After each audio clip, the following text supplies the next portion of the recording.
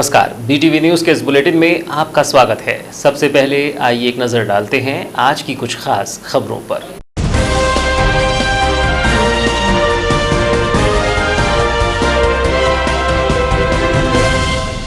देश भर में फिर 17 मई तक बढ़ाया गया लॉकडाउन। 1 मई की शाम केंद्र सरकार के द्वारा दिए गए आदेश। अब 4 मई से 17 मई की रात 12 बजे तक जारी रहेगा लॉकडाउन। आपदा प्रबंधन की बैठक के बाद होगा जिले का फैसला। 2 मई को बुलाई गई है जिला आपदा प्रबंधन की बैठक। बसों के पहिए थमने से करोड़ों का नुकसान। बस मालिकों के साथ ही चालक परिचालकों की दिख रही है बेबसी। बस कर्मचारियों पर दिख रहा है बड़ा आर्थिक संकट। दिन भर में 430 बसें दौड़ती हैं जिले भर में। 3500 से अधिक बस कर्मी करते हैं कार्य। श्रमिक दिवस पर कर्मवीरों का किया गया स्वागत सत्कार। हमालों, डाक कर्मियों, पुलिस कर्मियों और पत्रकारों का किया गया सम्मान। विधायक गौरीशंकर बिसेन ने किया सम्मान। विधायक द्वारा कर्मवीरों को भेंट किया गया सैनिटाइजर और मास्क। और अब समाचार विस्तार से। लॉकडाउन को लेकर बड़ी खबर है। देश में जारी लॉकडाउन की अवधि को 2 सप्ताह के लिए और बढ़ा दिया गया है। अब यह 4 मई से 17 मई तक जारी रहेगा। 3 मई को लॉकडाउन की अवधि समाप्त होने जा रही थी। 1 मई को केंद्र सरकार ने इस संबंध में आदेश जारी कर दिए हैं। गृह मंत्रालय ने आपदा प्रबंधन अधिनियम 2005 के तहत 4 मई से आगे 2 सप्ताह की लॉकडाउन अवधि को आगे बढ़ाने के लिए आदेश जारी कर दिया है। अब 17 मई तक लॉकडाउन प्रभावी रहेगा, जबकि जिले में 2 मई को होने वाली आपदा प्रबंधन की बैठक के बाद ही लॉकडाउन की स्थिति की जानकारी लग पाएगी। इस दौरान सार्वजनिक परिवहन जैसे रेलवे और विमान जैसी सेवाएं स्थगित रहेंगी। कुछ गतिविधियां पूरे भारत में सभी जोन में बंद रहेंगी, जिसमें हवाई मार्ग, रेल, मेट्रो और सड़क मार्ग द्वारा अंतर्राज्यीय आवागमन सहित स्कूलों, कॉलेजों और अन्य शैक्षणिक और प्रशिक्षण कोचिंग संस्थानों का संचालन शामिल है।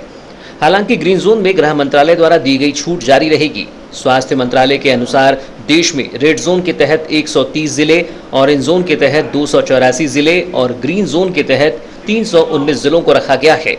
हर सप्ताह इसका आकलन किया जाएगा और संक्रमित मामलों के अनुसार जोन में बदलाव होगा। इससे पहले 1 मई की शाम को लॉकडाउन के दौरान अपने घर से दूर फंसे हुए कई लोगों के लिए आज सरकार ने बड़ी राहत का ऐलान किया है। गृह मंत्रालय ने अपने गृह क्षेत्र से दूर फंसे हुए छात्रों, प्रवासी श्रमिकों, पर्यटकों, तीर्थयात्रियों आदि को रेल के माध्यम से आवाजाही की अनुमति दी है। इसके लिए राज्य और रेलवे बोर्ड आवश्यक व्यवस्था करेंगे।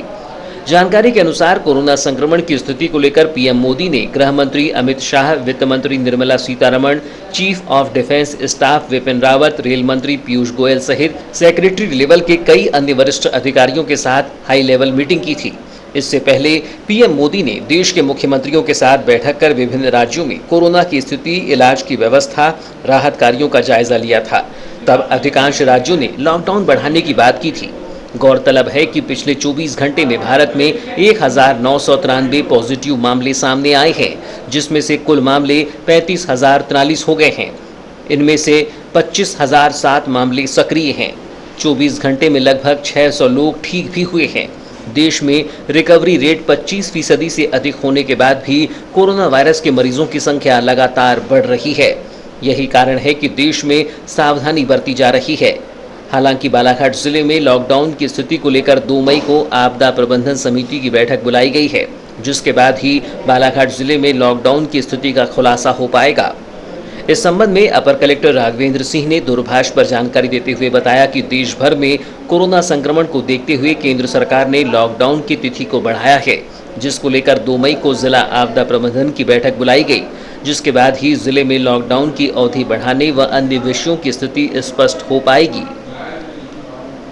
बालाघाट जिले में आवागमन का प्रमुख साधन सड़कों पर सरपट दौड़ने वाली बसें ही हैं। गांव और कस्बे में बसों से यात्रियों को यात्रा में सहूलियत मिलती रही है। कोरोना संक्रमण के विस्तार को रोकने के लिए सार्वजनिक यातायात पर सबसे पहले विराम लगाया गया और 22 मार्च से अब तक बसों के पहिए थमे हुए हैं।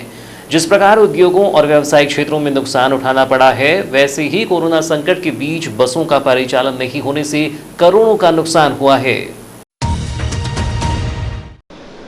बालाघाट का यह बस स्टैंड बसों की चकाचौंध में वीरानी की वह दास्तां बता रहा है जो पहले कभी नहीं सुनी गई थी। यह पहला मौका है कि बसों को इतने लंबे समय तक बंद रखा गया है। तालाबंदी की अवधि में लगभग 40 दिन बीत रहे हैं और बस मालिकों को नुकसान उठाना पड़ रहा है। एक जानकारी के मुताबिक कोरोना ने ऐसा असर किया है कि बस मालिकों के साथ ही साथ चालक परिचालक और सुधार कार्य करने वाले मैकेनिकों पर आर्थिक तंगी का भार बढ़ गया है। बालाघाट जिले में बसों का अपना एक इतिहास रहा है और वर्तमान में लगभग 450 बसें हैं जो निरंतर अलग अलग रूट पर अपने गंतव्य तक पहुंचने सफर पर निकल पड़ती थी। वैवाहिक सीजन होने पर बसों की बुकिंग शादी समारोह की होती थी, लेकिन कोरोना वायरस महामारी ने शादियों के मुहूर्त को भी फीका कर दिया है। बस ऑनर एसोसिएशन के सचिव तथा कौशल बस के संचालक श्याम कौशल ने बताया कि बसों के बंद रहने से नुकसान तो हुआ है, लेकिन इसमें बस मालिक होने के नाते उन्हें आर्थिक बोझ उठाना पड़ा है। बसें बंद रहने पर भी कर्मचारियों को वेतन दिया गया है। उन्होंने बताया कि बसें नहीं चल पा रही हैं तो परिवहन विभाग को टैक्स में रियायत देनी थी, लेकिन ऐसा नहीं हुआ और लाखों रुपये का टैक्स वसूल किया जा रहा है, जिससे भी बस मालिक बेजार हैं।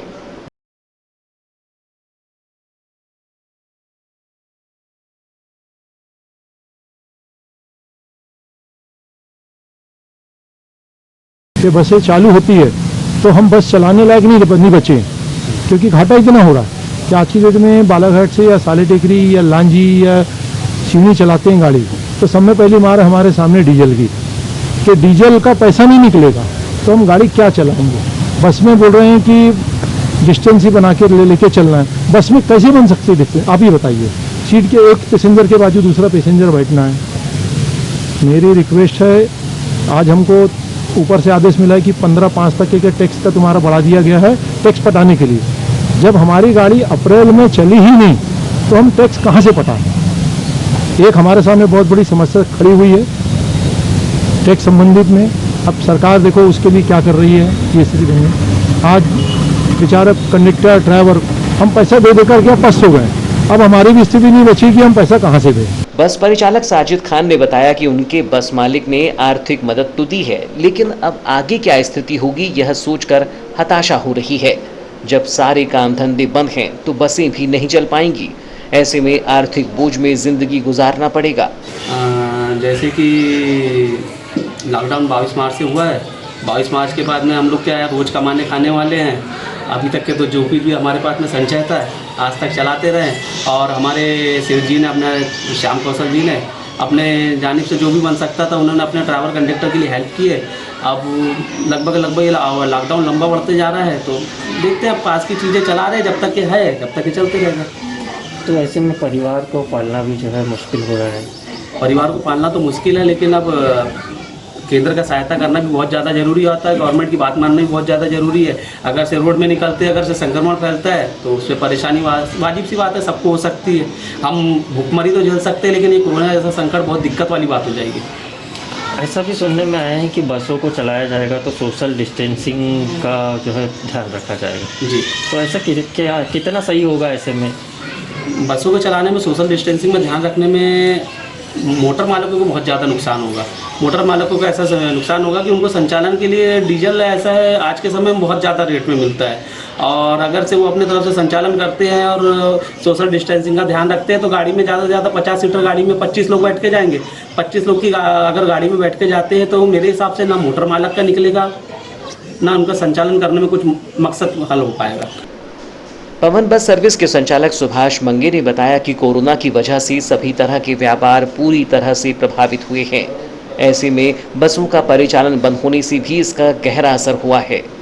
आने वाले समय में क्या रूपरेखा बनेगी इस पर निर्धारण होगा, लेकिन सोशल डिस्टेंसिंग का पालन करते हुए बस चलाने की कोई मंशा नहीं है, क्योंकि यह आसान नहीं है और बस मालिकों पर आर्थिक बोझ होगा।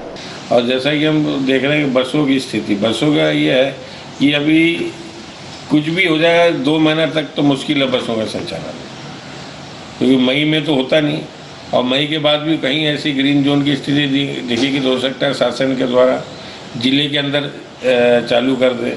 लेकिन ज़िले के अंदर भी यदि चालू होंगी तो सोशल डिस्टेंसिंग की बात आएगी। सोशल डिस्टेंसिंग का ऐसा कि 50 सीटर बस है तो उसमें 25 ही लोग बैठेंगे, तो 25 लोगों को बस लेकर संचालन ही नहीं कर सकता कि ना तो उसका किराया मिल पाएगा, ना डीजल खर्चा निकल पाएगा, कुछ नहीं।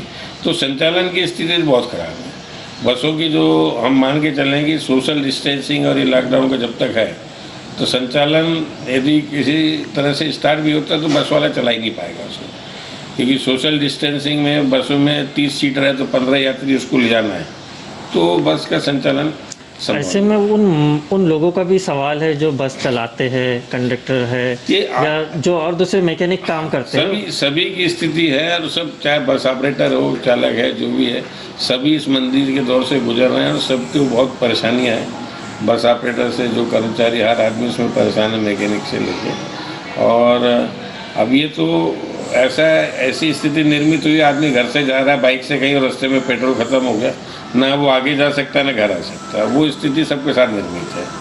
बस चालक कैलाश ने बताया कि जब से बसें बंद हुई हैं उसके बाद कुछ दिन सामान्य रहे, लेकिन बाद में आर्थिक परेशानी हुई है। अब ऐसे हालात हैं कि घर में कुछ नहीं है और बस मालिकों पर निर्भर रहना भी उचित नहीं है। इसलिए सरकार को बस चालक परिचालकों की समस्या को गंभीरता से लेना चाहिए। भैया ऐसा है कि जब से बसें बंद हुई है, जब से तो कोई आओगे अपनी बंद हो गई है, और इसमें क्या चालक है, चालक परिचालक यानी इनको बहुत दिक्कतें आ रही है, और मालक तरफ से कोई सूचना नहीं मिली है, और पैसा भी नहीं है, मतलब सभी का सबको बहुत दिक्कतें आ रही है, और इसमें मालक लोग भी नहीं दे रहे हैं। अच्छा, तो ऐसे में कैसे गुजारा कर पा रहे? बस यही है, जो था पैसा है ना उसको खा करके है, और अब तो आने वाला समय तो बिल्कुल ही गंभीर है। ऐसे में आप सरकार से क्या उम्मीद रखते हैं? यस, ऐसा है ना भैया, आप चाहे चक्के तो बंद हो ही चुके हैं बसों के, तो इसमें शासन चाहिए। कब तक जैसे में तो भूखे मरने की स्थिति बन सकती है, तो शासन प्रशासन ध्यान देना चाहिए। बहरहाल बसों का स्टीयरिंग घुमाकर यात्रियों के साथ सफर पर निकल पड़ने वाले लगभग 4000 बस कर्मियों को अपने जीवन की गाड़ी हाँकने में कोरोना की दीवार आर्थिक तंगी लेकर बाधा बन रही है। बस मालिकों को भी चिंता है कि खड़ी बसों में भी फॉल्ट आने लगा है, जिसकी मरम्मत के लिए भी आर्थिक नुकसान होगा। इतना सब होने के बावजूद कोरोना महामारी को लेकर उत्पन्न हुए हालात कब सामान्य होंगे कहा नहीं जा सकता, लेकिन तब तक बस कर्मियों की बेबसी का दुखड़ा कौन सुनेगा, यह सबसे बड़ा सवाल है, शायद जिसका जवाब न तो सरकार के पास है और न ही सरकारी नुमाइंदों के पास। ये वही बस स्टैंड है जहाँ कभी यात्रियों की खचाखच भीड़ हुआ करती थी। इतनी रौनक हुआ करती थी कि यहाँ से सभी रूटों पर बसें हाउसफुल रवाना होती थी।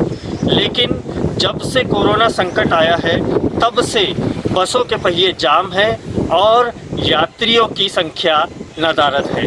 बसें नहीं चल रही है तो बस मालिकों को इसका बड़ा नुकसान उठाना पड़ रहा है, और वहीं इन बसों में काम करने वाले, इन बसों को चलाने वाले ड्राइवर, क्लीनर तथा अन्य कार्य में रहने वाले लोगों को, मजदूरों को बेहद आर्थिक तंगी का सामना करना पड़ रहा है।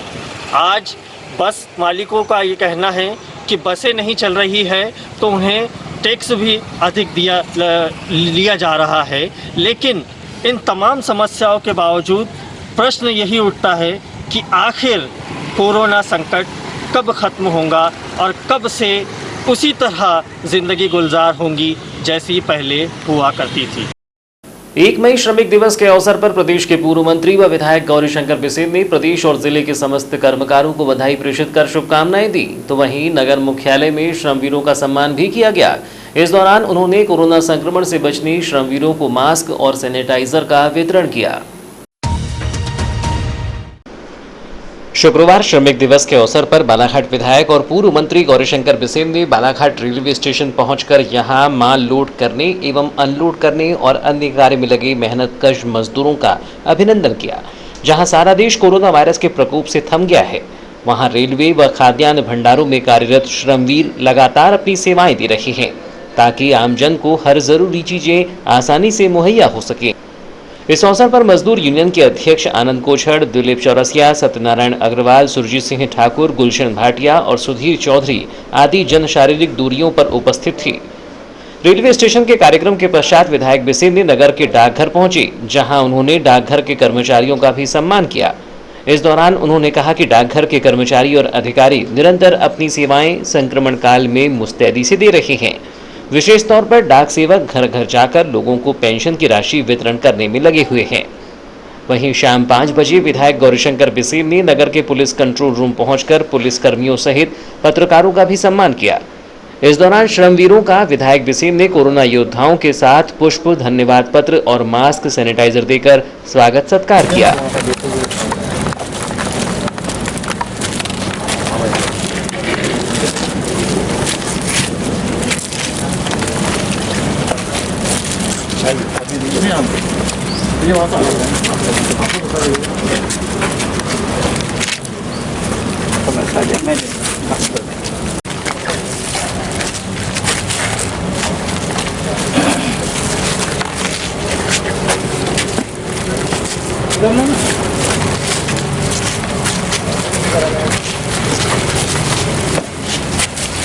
इस दौरान विधायक बिसेन ने कहा कि देश के प्रधानमंत्री नरेंद्र मोदी के श्रमेव जयते का संदेश है कि श्रमिकों का सम्मान, श्रमिकों का गौरव हमारा राष्ट्रीय कर्तव्य, राष्ट्रीय स्वभाव और जन जन की प्रवृत्ति होना चाहिए। उन्होंने कहा कि फिलहाल कठिन परिस्थिति में देश के प्रधानमंत्री नरेंद्र मोदी के आह्वान पर समूचा देश एक होकर पूरे तनमन से कोरोना को हराने के लिए लगा हुआ है। हम जरूर जीतेंगे, इसी आत्मविश्वास के साथ पूरा समाज अनुशासन के साथ धैर्यपूर्वक कदम से कदम मिलाकर चल रहा है। इसमें हमारे मजदूर साथी भी लगातार लोगों की सेवा में जी जान से जुटे हुए हैं। इसमें इनकी परिश्रम की पराकाष्ठा काबिले गौर है। उन्होंने कहा कि श्रमिक दिवस पर इन्हें सम्मानित करने पर गर्व की सुखद अनुभूति हो रही है। प्रतिकूल समय में भी श्रमिक साथियों ने गजब का साहस और जज्बा दिखाया है। खुद भूखे रहकर जरूरतमंदों को निवाला दिया है।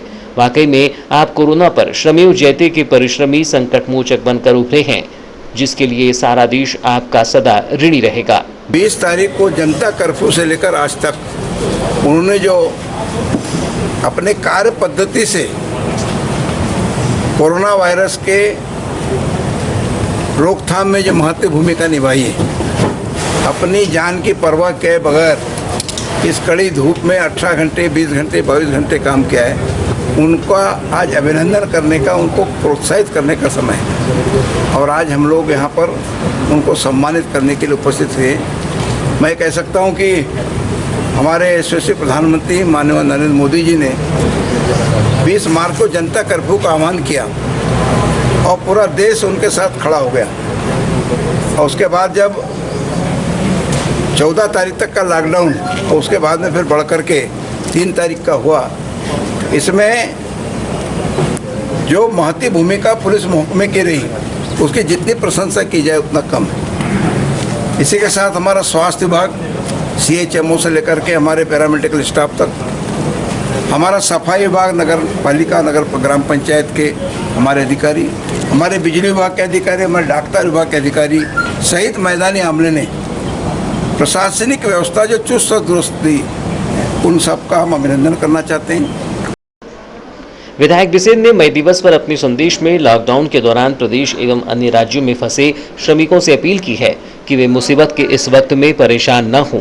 मुख्यमंत्री शिवराज सिंह चौहान ने केंद्र शासन के नियम एवं निर्देशों के अनुरूप बाहर फंसे श्रमिकों को वापस लाने के इंतजाम प्रारंभ कर दिए हैं। इसके लिए ग्राम पंचायत स्तर से जानकारी एकत्रित की जा रही है और जिला प्रशासन को उपलब्ध कराई जा रही है। बाहर फंसे सभी श्रमिकों को उनके घर तक पहुंचाने का इंतजाम किया जा रहा है। पुलिस कंट्रोल रूम में आयोजित किए गए सम्मान कार्यक्रम के दौरान बालाघाट जोन के IG KP वेंकटेश्वर राव ने कहा कि उन्होंने अपने कार्यकाल में पहली बार पुलिसकर्मियों का सम्मान होते हुए देखा है। इसके पहले पुलिस को कई अलग अलग नामों से बुलाया जाता था, लेकिन लॉकडाउन के दौरान लगातार देखने में मिल रहा है कि पुलिसकर्मियों को प्रोत्साहित किया जा रहा है।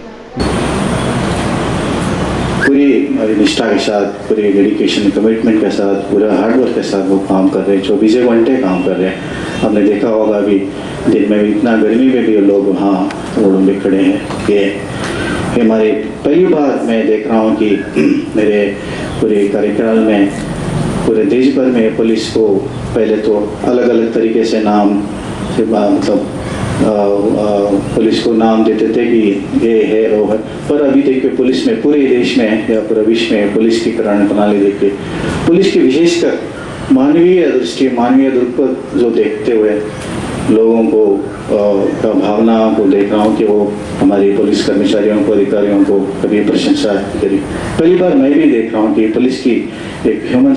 आयोजित किए गए कार्यक्रम के दौरान विधायक गौरीशंकर बिसेन, बालाघाट जोन के IG KP Venkateshwar Rao, collector Deepak Arya, DI SP Abhishek Tiwari, अपर कलेक्टर राघवेंद्र सिंह, जिला पंचायत सीईओ रजनी सिंह, एसपी अजाक्स रश्मि डाबर सहित पुलिस अधिकारी, कर्मचारी व पत्रकार मौजूद रहे। लॉकडाउन के दौरान अनावश्यक रूप से घरों से बाहर घूमने वालों पर नकेल कसने और नागरिकों को लॉकडाउन का पालन करने की समझाइश देते हुए शुक्रवार को जिला एवं पुलिस विभाग के आला अधिकारियों ने नगर में फ्लैग मार्च निकाला।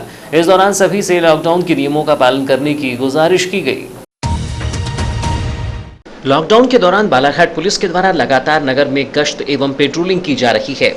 शुक्रवार को स्वयं पुलिस अधीक्षक अभिषेक तिवारी, अजाक्स एसपी रश्मि डाबर, अतिरिक्त पुलिस अधीक्षक प्रतिपाल सिंह महोबिया, एसडीएम केसी बोपचे, तहसीलदार रामबाबू देवांगन, कोतवाली थाना प्रभारी विजय सिंह परस्ते, यातायात थाना प्रभारी मनोज मेहरा सहित चिकित्सक, स्वास्थ्य विभाग कामला, नगरपालिका सीएमओ सहित नगरपालिका के अमले ने सड़क पर उतरकर लॉकडाउन के दौरान नगरवासियों को घर में रहने की समझाइश दी। आपको बता दें कि कोरोना संक्रमण को रोकने के लिए लगभग 8-8 घंटे की ड्यूटी पर पुलिस जवान लगे हुए हैं। पेट्रोलिंग के दौरान नगर में अनावश्यक रूप से घूमने वाले एवं अवैध कार्य करने वालों पर निगरानी की जा रही है, जिसको लेकर पुलिस विभाग के आला अधिकारी देशभक्ति गानों के माध्यम से जहां पुलिस कर्मियों का उत्साहवर्धन कर रहे हैं, तो वहीं फ्लैग मार्च के माध्यम से नगरवासियों को समझाइश भी दे रहे हैं। इसी कड़ी में शुक्रवार की शाम नगर के कालीपुतली चौक से नगर में फ्लैग मार्च निकाला गया। यह फ्लैग मार्च नगर के मेन रोड से होते हुए हनुमान चौक पहुंचा, जहां से मयूर नगर होते हुए नर्मदा नगर, प्रेमनगर से पुनः आम्बेडकर चौक पहुंचकर समाप्त हुआ। फ्लैग मार्च के दौरान अधिकारियों ने हाथों में लॉकडाउन के नियमों का पालन कराने के लिए स्लोगन से लिखी हुई तख्तियां रखी हुई थी। कोरोना नामक महामारी फैली हुई है, जिसके बारे में आप रोजाना न्यूज में, पेपर में, मोबाइल में देखते, सुनते और पढ़ते रहते हैं तो कितनी खतरनाक और कितनी घातक यह बीमारी है। गौरतलब है कि पूरे देश में कोरोना संक्रमण को रोकने के लिए 3 मई तक लॉकडाउन घोषित है। इसी को लेकर पुलिस के द्वारा पेट्रोलिंग के माध्यम से लोगों को घरों से बाहर नहीं निकलने की समझाइश दी जा रही है। साथ ही उन्हें कोरोना महामारी के इस दौर में अनावश्यक तौर पर नहीं घूमने की हिदायत भी दी जा रही है, जिसको लेकर पुलिस के द्वारा लॉकडाउन के नियमों का पालन न करने पर सख्ती भी बरती जा रही है। गुरुवार से सोशल मीडिया पर एक वीडियो भी तेजी से वायरल हो रहा है, जहां फ्लैग मार्च के दौरान ही मास्क न पहने और अनावश्यक रूप से घर से बाहर निकलने वालों को पुलिस ने उठक बैठक लगवाई और मेंढक चाल भी चलवाई।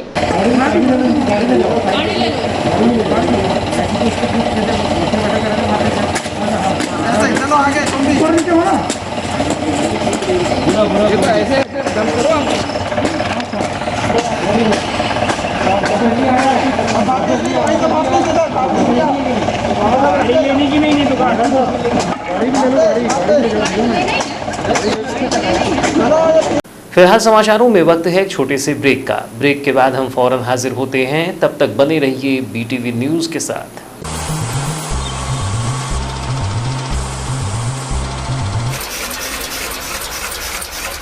बालाघाट जिले की निष्पक्ष निर्भीक खबरों के लिए पढ़ते रहें जिले का सर्वाधिक लोकप्रिय विश्वसनीय अखबार दिव्य एक्सप्रेस। बालाघाट, छिंदवाड़ा, सिवनी, बैतूल, नरसिंहपुर, मंडला जिलों से प्रसारित। विज्ञापन हेतु संपर्क करें 9399213808, 8109853142। कार्यालय दीन बंधु चौक, बालाघाट। लॉकडाउन पार्ट 2 के दौरान जिले से अन्य राज्यों में कमाने गए लोग अब अपने घरों की ओर आ रहे हैं। ज्ञात हो कि बीते दिनों लॉकडाउन के दौरान जिले में लगभग 62,429 लोग राज्यों से जिले में लौटे हैं, जिन्हें होम क्वारंटाइन में रखा गया है, जबकि कई लोगों को होम क्वारंटाइन की अवधि भी समाप्त हो चुकी है। शुक्रवार को हैदराबाद कमाने गए कुछ लोग अपने छोटे छोटे मासूम बच्चों को लेकर अपने सामान के साथ बालाघाट पहुंचे। आपको बता दें कि यहाँ लोग रोजगार की तलाश में हैदराबाद गए थे, जहां वह मिस्त्री का कार्य करती थी। लेकिन जब उन्हें पता चला कि लॉकडाउन 14 अप्रैल तक है, तो वह वहीं रुके रहे।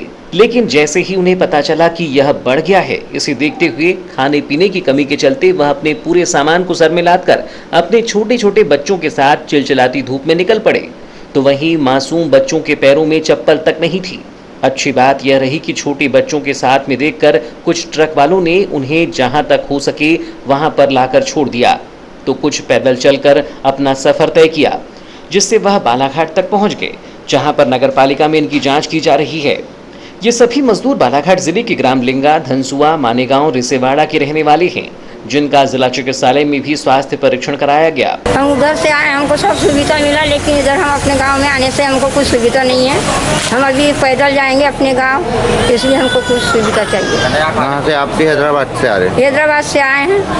क्या क्या सुविधा है आपको वहाँ से यहाँ तक मिली? क्या वहाँ परेशानी से आए हैं, हमको वहाँ से आए हैं, घर से निकले, ट्रक में बिठा ले, ट्रक से आए हैं, वहाँ से उतरे, फिर इधर आए, फिर ट्रक में बिठा ले, खाना दिए, पानी दिए, सब सुविधा दिए उधर।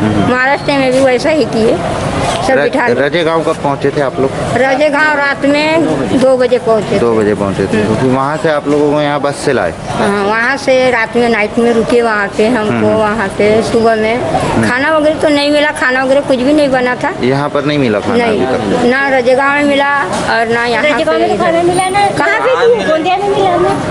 गोंदिया में मिला खाना।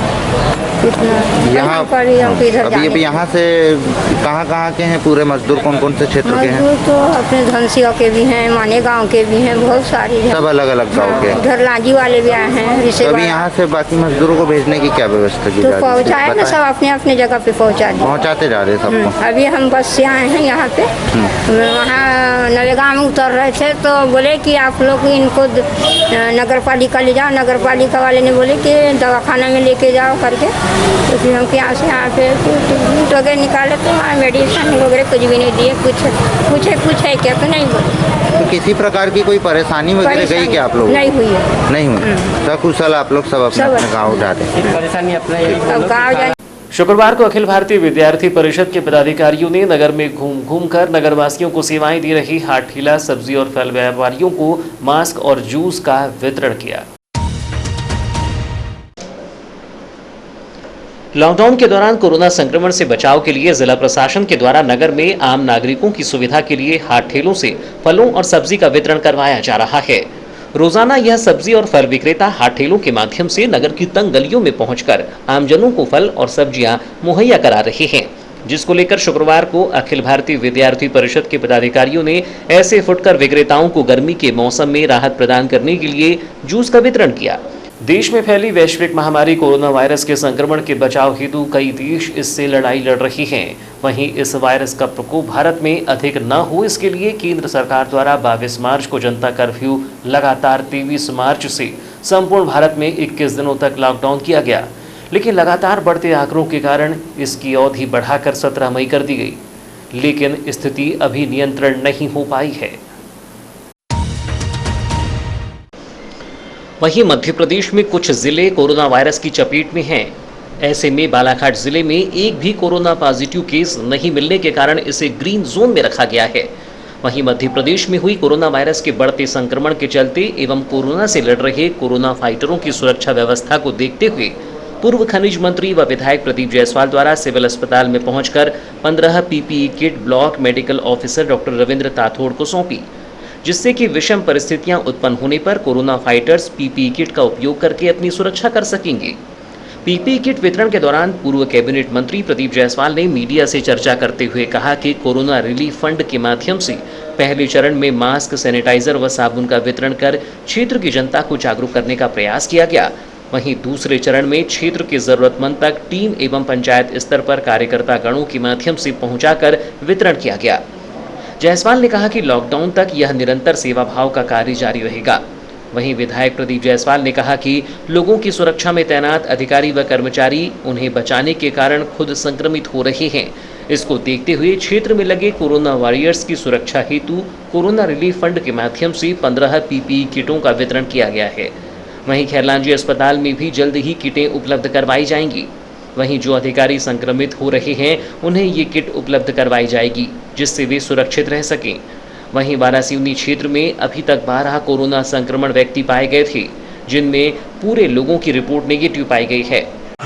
आज हम लोगों ने जो हमारा कोरोना रिलीफ फंड हमने बनाया था, उसके माध्यम से अलग अलग चरणों में जहां हमने पूरे क्षेत्र में मास्क का वितरण किया, साबुन का और सैनिटाइजर का वितरण किया। उसके दूसरे चरण में हमने राशन किराने की व्यवस्था, जो अभी भी अभियान हमारा चालू है और जब तक ये लॉकडाउन है तब तक की हमने सारी व्यवस्था बना के रखी है, ताकि जो भी ऐसा व्यक्ति बाहर से आया हो या जिसको राशन न मिल पाया हो छूट गया ज़रूरतमंद है ऐसे लोग को हम पूरी मदद कर रहे हैं। और उससे तारतम्य में हमने ये देखा कि जो हमारे अधिकारी कर्मचारी दूसरों को बचाने में संक्रमित हो रहे हैं। अभी हमने टीवी में देखा बहुत सारे अधिकारी मौत के मुँह चले गए।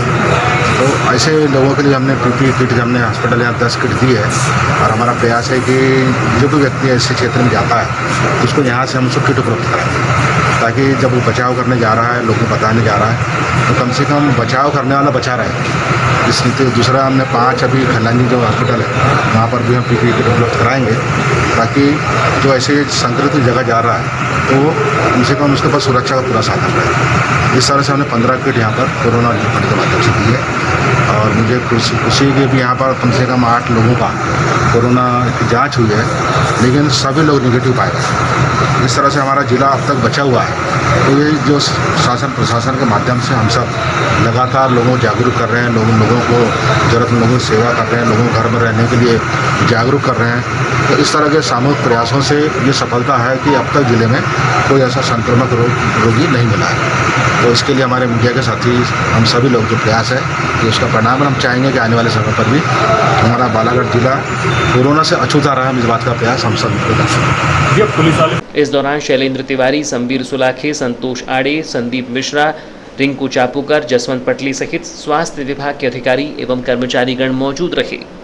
आयुष विभाग मध्य प्रदेश शासन द्वारा वर्तमान समय में कोविड-19 वैश्विक महामारी के दृष्टिगत जीवन अमृत योजना का शुभारंभ किया गया है।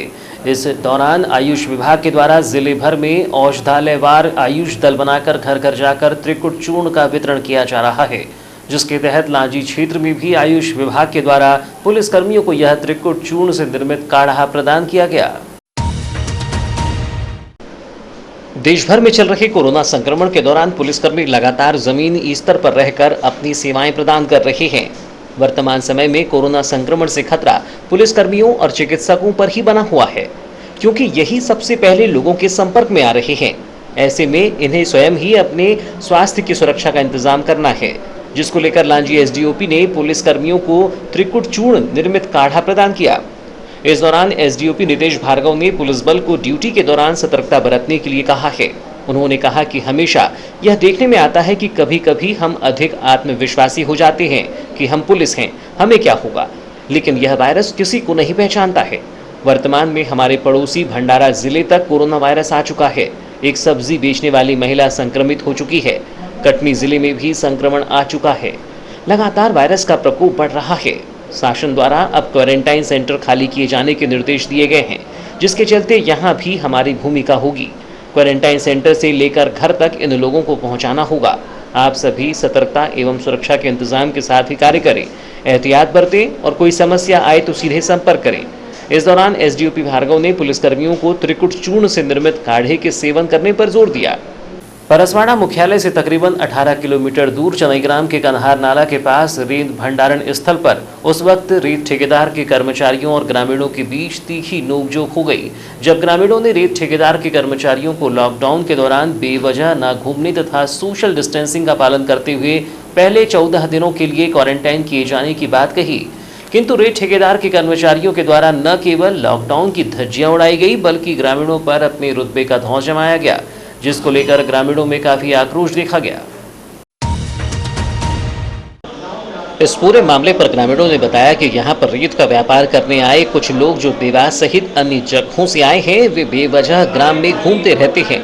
जिले सहित अन्य जिलों से आए इन लोगों को पहले 14 दिनों के लिए क्वारंटाइन किया जाए, तब ये अपना कार्य करें, क्योंकि हमारे ग्राम में भी प्रवासी मजदूर वापस आए हैं जिन्हें क्वारंटाइन किया गया है। इन्हीं बातों को लेकर ग्रामीणों और रेत ठेकेदार के कर्मचारियों के बीच बहस बढ़ गई, जिसकी सूचना ग्रामीणों द्वारा प्रशासनिक अमले को दी गई। जहां सूचना मिलते ही तहसीलदार नितिन चौधरी, SDOP अपूर्व भलावी, TI सहित पुलिस बल मौके स्थल पर पहुंच गया, जिसके बाद तहसीलदार द्वारा कुछ लोगों को क्वारंटाइन सेंटर परसवाड़ा लाया गया, किंतु शाम होते ही उन्हें भी छोड़ दिया गया, जिसको लेकर ग्रामीणों में एक और दहशत का माहौल है, तो वहीं दूसरी तरफ इस बात को लेकर नाराजगी है कि दूसरे जिले से आए लोग कहीं कोरोना के संक्रमण को गांव तक न फैला दें। इस दौरान रेत भंडारण स्थल पर प्रशासनिक अमले को देख गांव की भारी संख्या में मौजूद महिला पुरुषों ने इस बात को लेकर शिकायत की कि यहां पर भंडारित रेत को डंफरों में JCB की सहायता से लोडिंग की जा रही है, जबकि लॉकडाउन के चलते उनके पास कोई काम नहीं है। इतना ही नहीं, ग्रामीणों ने यह भी कहा कि यहां भंडारित रेत को ठेकेदार द्वारा पहले उनसे ही डंप करवाया गया, जो कि इसी नाले से उन्होंने रात दिन कर भंडारण किया है, लेकिन अब यहां से रेत बेची जा रही है, तब उन्हें काम देने के बजाय मशीनों से काम किया जा रहा है। इस दौरान ग्रामीण सूखचंद द्वारा बताया गया कि चनई रेत खदान से ठेकेदार द्वारा ग्रामीणों को यह कहकर रेत भंडारण करवाया गया कि इस खदान की परमिशन मिल गई है। भोले भाले ग्रामीणों के द्वारा उनकी बातों में आकर दिन रात कार्य करते हुए भारी मात्रा में रेत का भंडारण किया गया, जबकि ठेकेदार द्वारा पूर्व नियोजित तरीके से अवैध रेत डंप करवाने के बाद उसकी नीलामी कर अवैध भंडारण को वैध साबित कर धड़ल्ले से कार्य किया जा रहा है। किंतु अब 2 नंबर की रेत को 1 नंबर करने के बाद ठेकेदार द्वारा लोगों को काम न देकर मशीनों से काम किया जा रहा है, जिसको लेकर ग्रामीणों में भारी नाराजगी है। समस्या ये है कि या स्टार्टिंग में जब ये रेत इधर दिखाई, ये रेत कितना है, हमने जब बोल रहे थे कि हमारे गांव में जब हम एक बैलगाड़ी में रेत अपने घरेलू उपयोग के लिए नहीं ले जा पा रहे हैं, इतना फॉरेस्ट ने हमको पाबंद रखा है। जब स्टार्टिंग क्या हुआ, जब यहाँ आए ठेकेदार, कोई ऐसा ठेकेदार है ऐसे करके बताने लगे ये कन्हाड़ नाला जो है इसका हमने ठेका ले लिया है, हम इसको यहाँ भंडारण करके बाद में यहाँ से जब बारिश हो जाएगी तब इसको बेचेंगे, ऐसा करके हमको अनुमति मिल गया। ऐसे करके हम ग्रामवासियों को बोले, तो हमने कहा हुआ होगा ठेका, हमको ये मालूम नहीं, चलते रहा। बाद में तहसीलदार साहब को जानकारी हुआ, तब वो आए कि बोले कि ये रेत यहाँ, तो जब हम आए तो उस समय लगा हमको कि चोरी हो रहा है, तो तहसीलदार साहब आने के बाद उनको मना कर दिए। 1 सप्ताह रहा यहाँ, 1 सप्ताह रहने के बाद में फिर से चोरी, फिर कहे कि हमको अब मिल गया यहाँ का पात्रता, हमको अब यहाँ रेत भंडारण करने के लिए, ऐसा करके फिर वो ये भंडारण हुआ। उसके बाद में इनका अभी बता रहे हैं, हमको मालूम नहीं, अगर कोई खनिज विभाग या कोई माइनिंग वाला अगर इनको ठेका लिया है तो हम पंचायत वाले को पहले जानकारी, पंचायत में एक जानकारी नहीं हुआ, चोरी भी कराइए और बाहर ले जा भी लिए। यहाँ तो प्रशासन की शायद मिली भगत ही मेरे को लग रहा है कि प्रशासन खुद इनको चोरी करवाया और उन्हीं के उधर बाहर। और अब अंत में चलते चलते आइए एक नजर डालते हैं आज की कुछ खास खबरों पर।